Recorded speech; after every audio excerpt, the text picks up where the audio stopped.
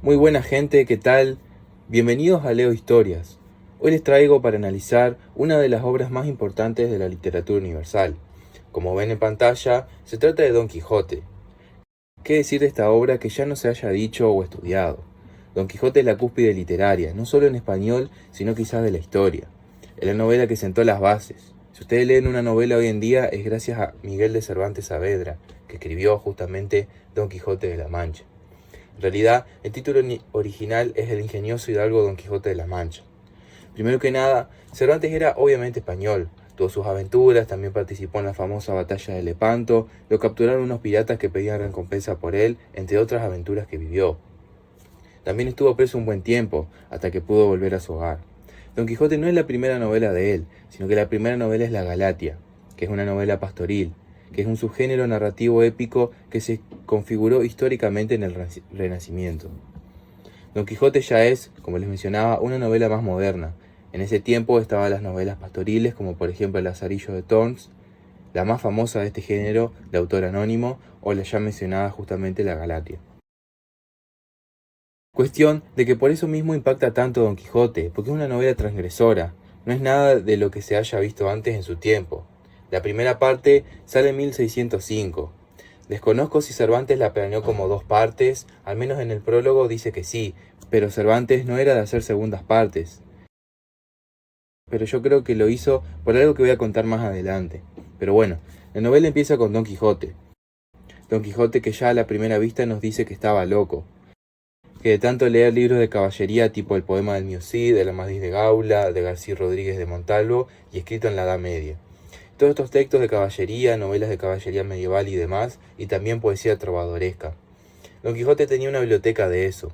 Lee, lee, lee, bueno, se lee como dice en el libro textual, se le seca el seso y se vuelve loco por eso, y quiere vivir sus propias aventuras. Por eso es que decide salir en su primera aventura. Quiere ser él mismo, vivir en carne propia lo que es ser un caballero.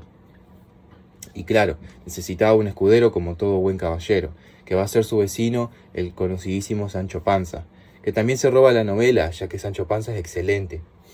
Y porque de igual forma se necesita siempre en todo lugar al personaje principal y al que es su compañero. Ambos se complementan muy bien, como en el caso de Batman y Robin, por ejemplo, o Frodo y Sam en El Señor de los Anillos.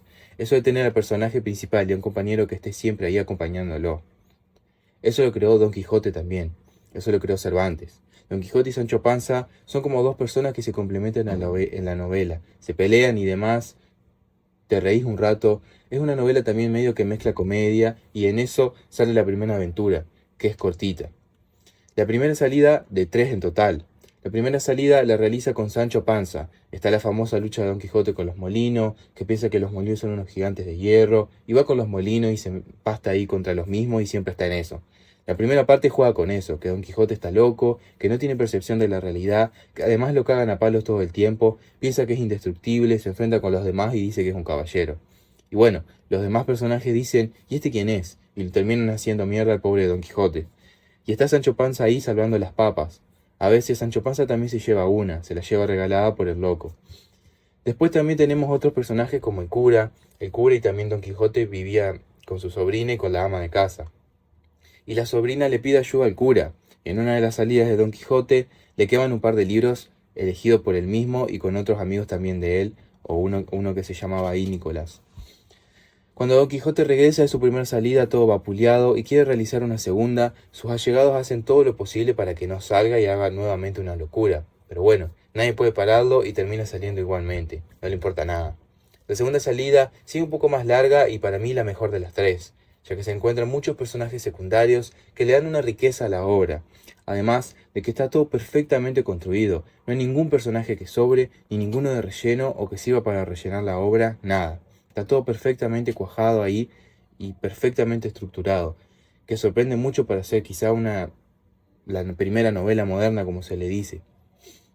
Algo de lo más interesante que tiene esta obra es que encontramos que hay una novela dentro de otra novela, o sea, dentro del mismo Don Quijote hay otra novela añadida, que justamente es una historia que cuenta una historia que estaba leyendo el cura mientras acompaña a Don Quijote en un tramo de camino. Cuando están en una posada que se llama, en el libro le dicen una venta, que en realidad es una posada para quedarse a dormir. Allí mismo encuentran un libro que cuenta una historia llamada El curioso impertinente. Es así como se produce una historia dentro de la novela, con sus propios personajes y demás. Es decir, el cura agarra el libro y se pone a leer y te cuenta lo que el cura y te cuenta lo que él mismo está leyendo. Esta historia trata de un hombre que le pide al mejor amigo que trate de conquistar a su esposa para ver si le era fiel, como para ponerla a prueba de algún modo. Es una historia dentro de esta historia que dura como 50 páginas, me parece, algo así. Eso le da mucha riqueza al texto también. Parece como que es un relleno, pero después te das cuenta de que no lo es debido a que esos mismos personajes después van a aparecer en las aventuras de Don Quijote en el mismo libro, dándote cuenta de que esa novela que estaba leyendo el cura era algo que justamente había pasado en el mismo universo de Don Quijote, por ponerlo en palabras actuales. Es una locura en el buen sentido, ya que está todo tan bien planeado. Luego también conocen a un criado que cuenta su historia en alrededor de 4 o 5 capítulos más o menos, de cómo escapó de los moros y llegó a España, cómo los conoció a los personajes principales y cómo conoció a la mora que traía con él. Para los que no saben, los moros son un adjetivo que se le da a los turcos y musulmanes en España, en su tiempo. Es aquí donde luego de un par de capítulos más, donde Quijote vuelve nuevamente a su hogar, termina la primera parte.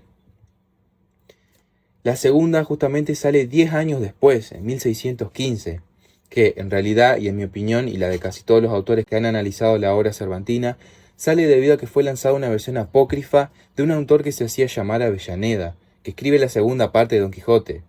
Y es apócrifa, existió esa novela y Cervantes cuando la vio y se enteró, se enojó mucho y quiso realizar la secuela verdadera, ya que es como que vos escribas una novela tuya y que alguien que vos no conozcas, que salió de la nada, te escribe una segunda parte diciendo que es de su autoría, robándote los personajes y demás. Obviamente, en esa época, pleno inicio de la modernidad, no existían los derechos de autor y nada. Dicho sea de paso, y como dato de color, ese tal Avellaneda con el que se firma la segunda parte falsa en realidad no existió, ya que fue un nombre inventado, un seudónimo.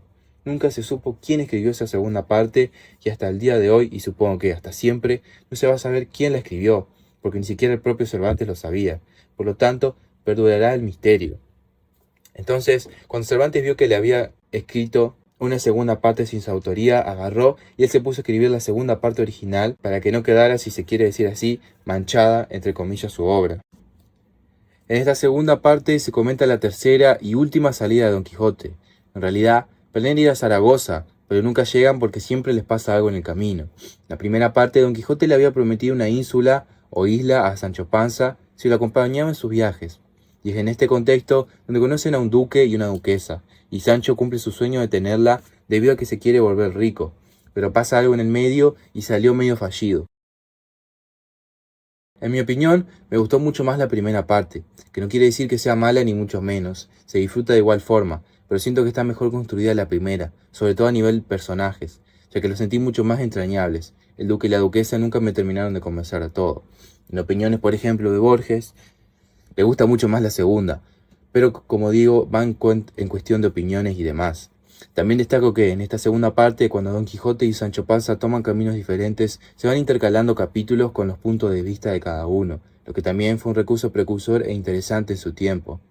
Finalmente, al final de la obra, Don Quijote vuelve y, alerta de spoiler, termina muriendo para dar cierre a la historia de sus aventuras y para que a Cervantes no le roben sus personajes ni hagan otras partes no autorizadas justamente. Además, que en el prólogo ya Quijote te spoilea toda su obra a grandes rasgos, así que bueno, recomiendo justamente que lean después el prólogo, si no quieren comerse algunos spoilers.